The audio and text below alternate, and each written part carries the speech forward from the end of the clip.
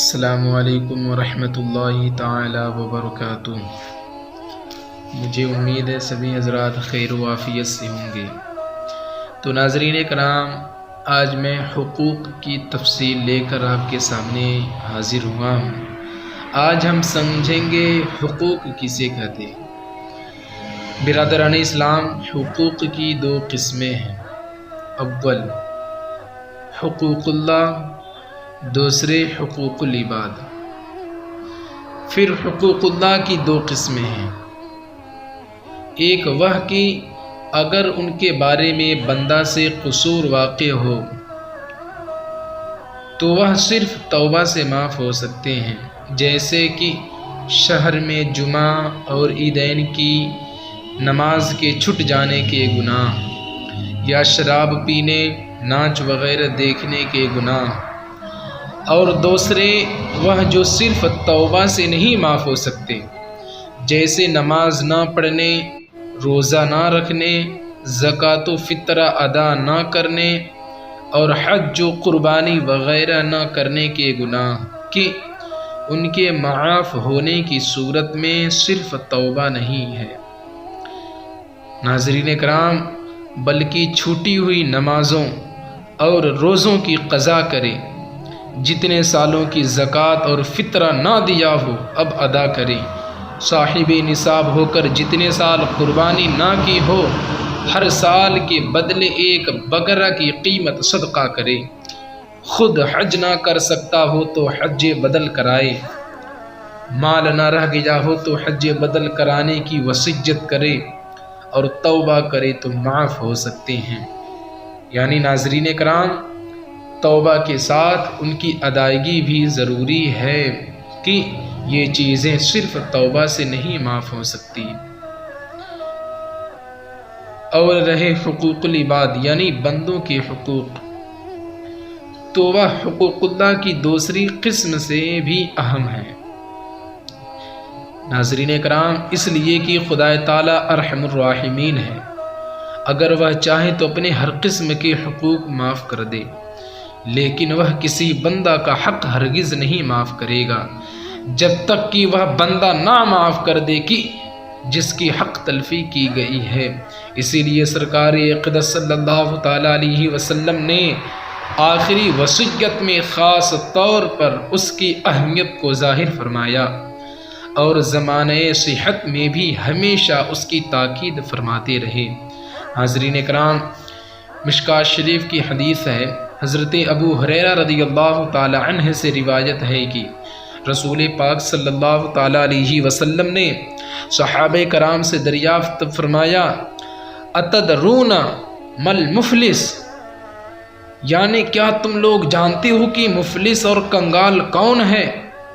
تو صحابہ نے عرض کی، یا رسول اللہ، ہم میں مفلس وہ شخص ہے جس کے پاس نہ پیسے ہوں اور نہ سامان۔ حضور صلی اللہ تعالیٰ علیہ وسلم نے فرمایا کہ میری امت میں دراصل مفلس وہ شخص ہے کہ جو قیامت کے دن نماز، روزہ، زکوٰۃ وغیرہ لے کر اس حال میں آئے گا کہ اس نے کسی کو گالی دی ہوگی، کسی پر تہمت لگائی ہوگی، کسی کا مال کھا لیا ہوگا، کسی کا خون بہایا ہوگا اور کسی کو مارا ہوگا، تو اب ان لوگوں کو راضی کرنے کے لیے اس شخص کی نیکیاں ان مظلموں کے درمیان تقسیم کی جائے گی۔ اللہ اکبر!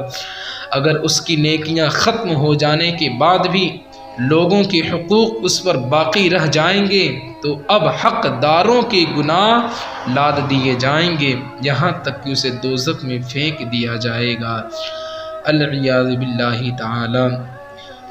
ناظرین کرام، بے شک میرے سرکار نے صحیح فرمایا، حقیقت میں مفلس اور غریب وہی شخص ہے کہ جس کے پاس قیامت کے دن